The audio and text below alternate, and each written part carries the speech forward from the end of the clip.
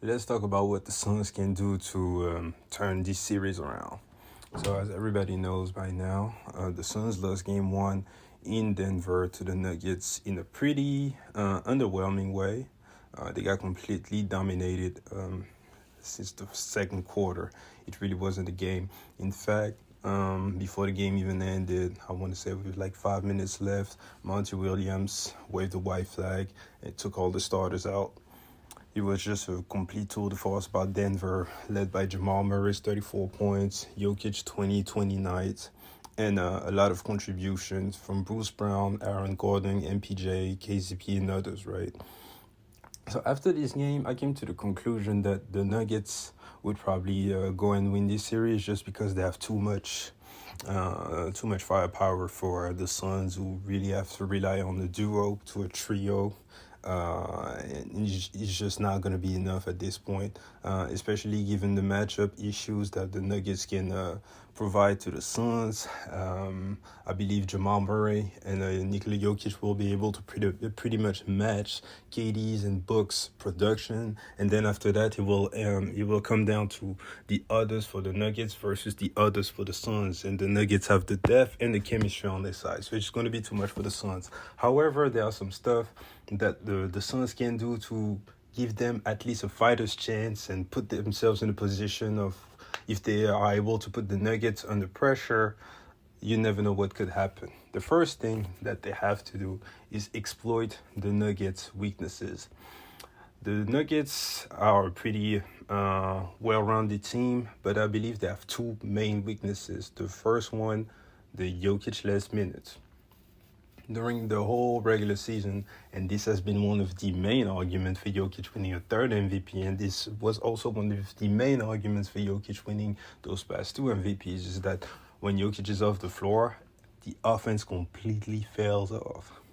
Uh, People like to run those high pick and rolls with Nikola Jokic at the top of the key, facilitating, and everybody be cutting in. And Jokic can find either the cutter or the shooter, or with all the spacing, go one on one and be pretty efficient with it. But when he's not here, it falls down on Jamal Murray and the ball movement to actually provide opportunities. And it's usually not that reliable for the Nuggets. But in game one, the Suns were so overwhelmed with Jamal Murray's production that they couldn't take advantage of it and they couldn't lock up. So every time Nikola Jokic is off the floor, the Suns, have to find a way to dominate, have to find a way to get the ball out of Jamal Murray's hands. You bring the doubles and everything, and you trust Aaron Gordon, MPJ, and KCP, Bruce Brown, and others. The fact that they shouldn't be able to match the production that KD or Book can provide on the other side of the floor.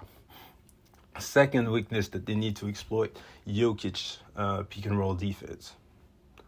Jokic can knock out the pick and roll. And I know Book and KD are amazing one-on-one players, arguably the best one-on-one players left in the playoffs, but they can't just settle with just taking whoever's guarding them. They have to run the pick, make DA set the screen, and attack Nikola Jokic.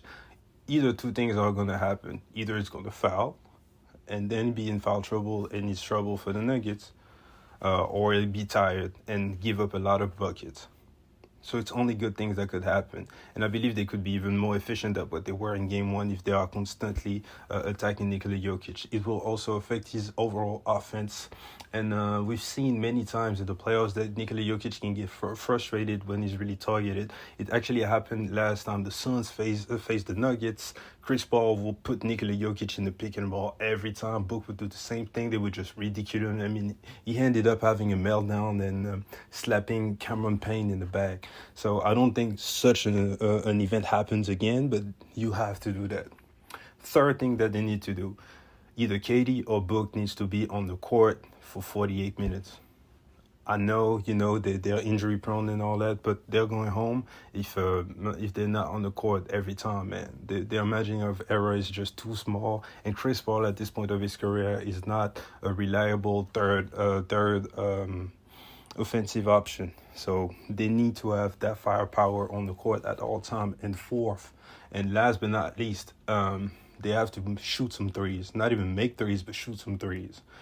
Analytics, sometimes it's overrated, but sometimes it just comes down to simple mathematics. In the first game, the Suns made 7 threes.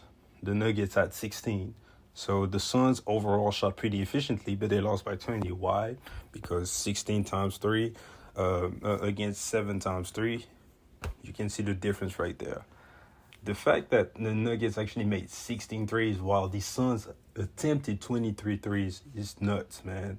And they have some good enough 3-point shooters to be able to shoot the ball, man. They should do that. So yeah, I believe those are the four main things that the Suns can capitalize on and try and see what happens. I believe if they do that, at least in this game, it will be way closer, and they may be able to steal one game on the road. And if they come back to Phoenix tied, they have a shot. If they go down 2-0, I don't see them winning 2 games in a row in Phoenix. And even if they do so, I don't see Denver losing in 7 on their own floor. So, yeah. So, anyways, appreciate you guys for checking me out. Get in the comment section and tell me what the Suns should do if they are going to turn this series around. And I'll catch you guys later. Peace.